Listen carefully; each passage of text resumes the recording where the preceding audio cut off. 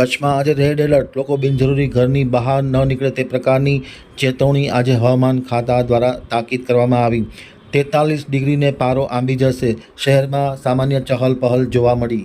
હજુ ઉનાળાની શરૂઆત થઈ છે ત્યાં સૂર્યનારાયણે પોતાનો પ્રકોપ દેખાડવાનું શરૂ કરી દીધું છે। આજે સમગ્ર કચ્છમાં રેડ એલર્ટ જાહેર કરવામાં આવ્યું છે। 43 ડિગ્રી ઉપર પણ ગરમી જાય બપોરના તેવી શક્યતાઓ હવામાન ખાતા દ્વારા વ્યક્ત કરવામાં આવે છે। ખાસ કરીને રેડ એલર્ટ જાહેર કરવામાં આવ્યું છે ત્યારે બપોરના 1 વાગે આમતક ન્યૂઝ ચેનલની ટીમે જ્યારે શહેરના અલગ અલગ વિસ્તારની મુલાકાત લીધી ત્યારે ચહલ પહલ ખૂબ જ ઓછી જોવા મળતી હતી, હાજરી પાંખી જોવા મળતી હતી। લોકો ખાસ કરીને જે રેડ એલર્ટ જાહેર કર્યું છે તેને લઈને લોકો ઘરમાં રહીએ તે પ્રકારની ચેતવણી ભુજના હવામાન ખાતા દ્વારા વ્યક્ત કરવામાં આવી છે।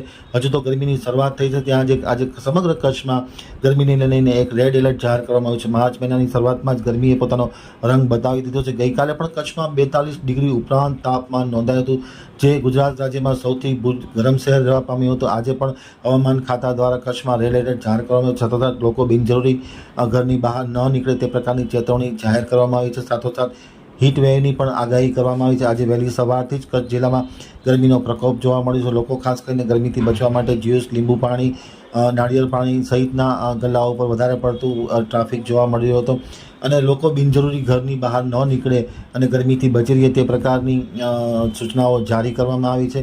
ખાસ કરીને યલો એલર્ટને લઈને આજે ગરમીનો પ્રકોપ ખૂબ જોવા મળશે તે પ્રકારનું વાતાવરણ પ્રસ્થાપિત કર્યું છે અને શહેરના જે મુખ્ય વિસ્તારો છે તેમાં પણ બપોરે આજે 1 વાગ્યે ખૂબ જ ચહેલ પહેલ ઓછી જોવા મળે છે। લોકો બિનજરૂરી બહાર નીકળતા નથી અને ખાસ કરીને તબીબે પણ આ પ્રકારની સૂચનાઓ જારી કરી છે કે જ્યારે રેડ એલર્ટ હોય ત્યારે ઘરની બહાર ન નીકળે તે પ્રકારની સૂચનાઓ ખાસ કરીને અમારા આમતક પરિવારના સૌથી પ્રતિષ્ઠિત તબીબ ડૉક્ટર PN આચાર્યએ આમતક સાથેની વાતચીતમાં માહિતી આપતા જણાવ્યું હતું।